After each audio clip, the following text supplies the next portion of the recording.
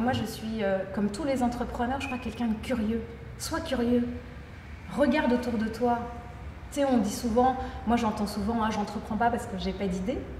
Mais en fait, il suffit d'ouvrir les yeux, quoi. Des besoins mal adressés ou pas adressés, des services qui te manquent au quotidien, il y en a plein. Il y a aussi une autre qualité, enfin en tout cas qui a un état d'esprit, c'est l'enthousiasme. Moi, je m'enthousiasme beaucoup pour les choses. Voilà. Je crois que les entrepreneurs, c'est des gens positifs et enthousiastes. C'est l'histoire du verre à moitié plein. Tu regardes les choses, alors moi, on me le reproche parfois, ah c'est génial, Catherine, elle trouve tout génial. Bah ouais. N'empêche que ça te met en mouvement. Parce que c'est un très bon antidote à la peur. Et moi, je me suis rendu compte d'une chose, c'est que la peur, ça limite ta capacité d'action.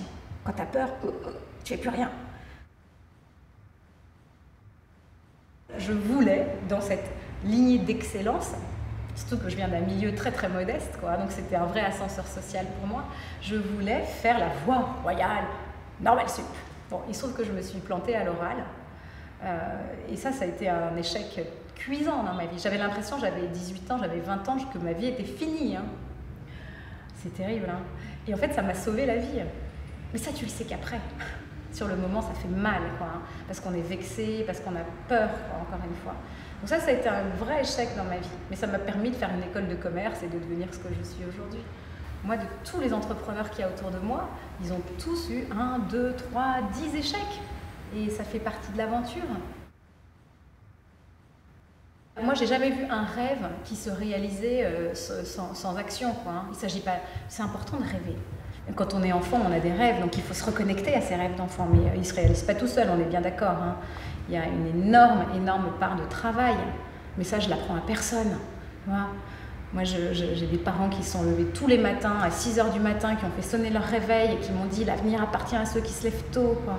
Et c'est vrai, voilà. La persévérance, la ténacité. Ne serait-ce que quand tu lances une boîte et que tu veux... D'abord, on ne connaît personne au début, ben, il faut y aller au culot. Moi, je me souviens le nombre de mails, et encore aujourd'hui, quoi, que j'envoie, et les gens ne répondent pas. Et il faut relancer, et encore, et encore, et encore. Il ne faut pas lâcher, quoi. Il faut s'accrocher. L'excellence, c'est aller au bout de ses rêves. C'est ça, être excellent. Va au bout de tes rêves. On en a tous des rêves, hein. On a tous ce talent-là, c'est un don, quoi. C'est a gift, tu vois. Et je me dis, ça c'est un truc que j'ai appris chez Nike. J'ai eu la chance de rencontrer un des fondateurs de Nike aux États-Unis, à Portland. Et une des phrases qu'il disait, c'est « To give less than your best is to sacrifice a gift ».